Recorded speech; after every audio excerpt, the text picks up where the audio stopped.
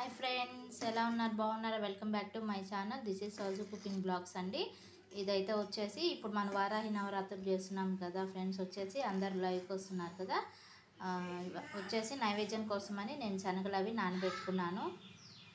శనగలతోటి మనము fried rice లాగా చేయొచ్చండి. శనగల రైస్ అంటారు.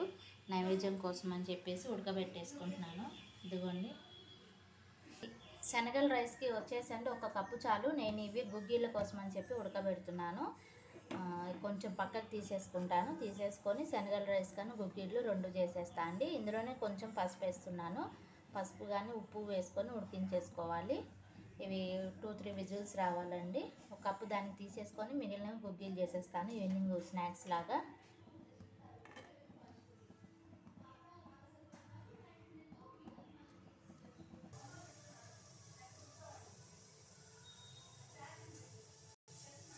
ఇదిగోండి, వచ్చేసి మనకి శనగల రైస్కి నేను కొబ్బరి, కరివేపాకు, పుదీనా ఉంటే పుదీనా వేసుకోవాలి, పచ్చిమిరపకాయలు ఇది మిక్సీ పట్టేసుకోవాలండి. మిక్సీ పట్టేసుకొని మనము కొబ్బరి కారం రెడీ అయిపోతుంది కాబట్టి కప్పు శనగలకి ఒక గ్లాసు బియ్యం తీసుకొని పొడి పొడిగా ఉడికించేసుకోవాలి. పులిహోరకి ఎట్లా ఉడికించుకుంటామో అట్లానే ఉడికించేసుకోవాలి. ఇది ఇప్పుడు నేను మిక్సీ పట్టేసుకుంటున్నాను. తర్వాత మనం పోపు వేసేసుకొని ఆవాలు జీలకర్ర వేసేసి ఆ శనగలు ఇది కూడా వేసేసి పచ్చివాసన పోయాక వేయించిన తర్వాత ఉప్పు, కారం, ధనియాల పొడి వేయాలండి. వచ్చేసి వేస్తే మనకి రెడీ అయిపోతుంది శనగల రైస్ అనేది. ఇందులో మనము దాల్చిన చెక్క, ఇలాచీలు అవేం వేయట్లేదు కాబట్టి, మసాలాలు ఏమి ఉండవు కాబట్టి నైవేద్యానికి ఉపయోగపడుతుంది ఈ రెసిపీ అనేది. లంచ్ బాక్స్ కూడా బాగుంటుంది. 10 మినిట్స్లో రెడీ అయిపోతుందండి మనకి ఈ రెసిపీ అనేది. ఇదిగోండి, వచ్చేసి ఇది మిక్సీ పట్టేసుకున్నాను. నెక్స్ట్ వచ్చేసి ఇదిగోండి శనగలు కూడా ఉడికించేసి తీసుకున్నాను. కొంచెం చల్లారాలండి. ఈలోపు నేను రైస్ కూడా పెట్టేసుకుంటాను. రైస్ పెట్టుకొని మనకి చల్లారి పొడి పొడి ఆడాలండి. గుర్తుపెట్టుకొని పులిహోరకి ఎట్లా ఉందో అట్లా ఉంటేనే మనకి మంచిగా బాగుంటుంది. ఇదిగోండి, నేనైతే ఒక కప్పు శనగలకి ఒక గ్లాస్ రైస్ తీసుకున్నాను. కడిగేసి 4 విజిల్స్ వచ్చేదాకా ఉడికించేసుకున్నాను. పొడి పొడిగా పులిహోర లాగా రావాలి. ఇదిగోండి, వచ్చేసి స్టవ్ కూడా ఆన్ చేసేసుకున్నాను. ఇక్కడేమో శనగలు పోపేసాను ఈవినింగ్ స్నాక్స్ కోసమని. అదేంటి రైస్ అని చెప్పింది పోపేసింది అనుకుంటున్నారా? స్నాక్స్ కోసం అండి. అది కూడా పక్కకు తీసి పెట్టేసుకున్నాను. ఇదిగోండి, రైస్ పోపేసుకోవడానికి ఆయిల్ పెట్టేసుకున్నాను.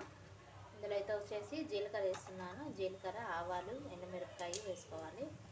అందులో కరివేపాకు వేసాను కదా అని చెప్పి ఇందులో వేయట్లేదు. కొంచెం ఇంగు కూడా వేసుకున్నాము. కూడా వేసేసుకున్నాను. వచ్చేసి ఇదిగోండి, ఇది మొత్తం వేసేసాను. కొబ్బరి కారం ఇది కొంచెం పచ్చివాసన పోయేదాకా వేయించేసుకోవాలి. శనగలు కూడా ఇందులోనే వేసేస్తున్నాను. ఇది కూడా కొంచెం పచ్చివాసన పోవాలి, ఉడికించుకున్నాం కాబట్టి. ఇది కొంచెం వాసన అంతా పోయాక పసుపు, ఉప్పు, కారం, ధనియాల పొడి వేసుకోవాలి. నేను ఆల్రెడీ శనగల్లో వేసానండి. కావాలి అంటే మళ్ళీ వేసుకోవచ్చు మనము. ఈలోపు అన్నం ఉడికిపోయింది కదా. ఇది కొంచెం చల్లారితే మళ్ళీ పొడి పొడిలాడుతూ వస్తుందండి.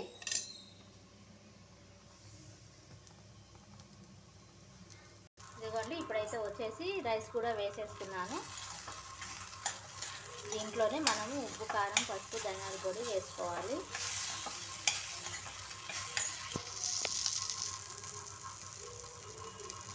ఇదిగోండి, నేనైతే వచ్చేసి ధనియాల పొడి కూడా వేసేసుకున్నాను. ఉప్పు, పసుపు, కారం వేసుకోవాలి.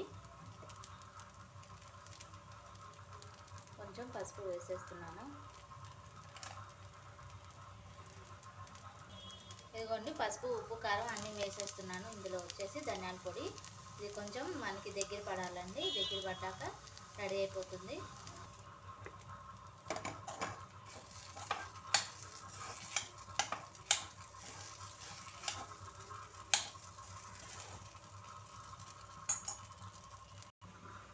ఆనకం కూడా రెడీ చేసేసుకున్నాను.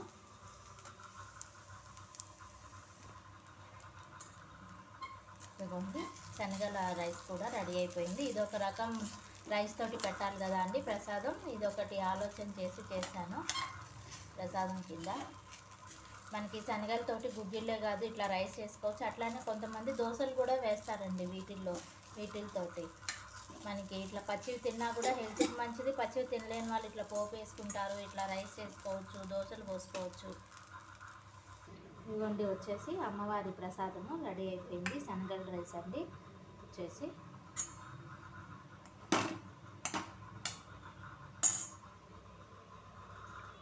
వీడియో కనుక నచ్చితే లైక్ చేయండి, షేర్ చేయండి, సబ్స్క్రైబ్ చేసుకోండి. ఈ రెసిపీ కూడా మీరు ట్రై చేయండి.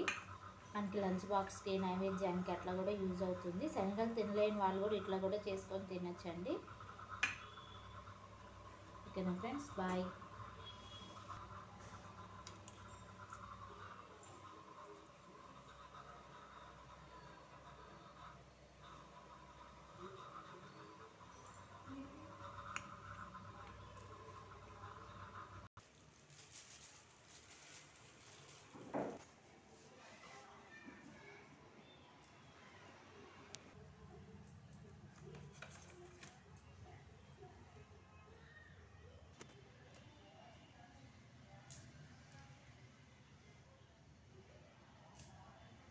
మళ్ళీ కొద్దిగా వేడి తగ్గుకొని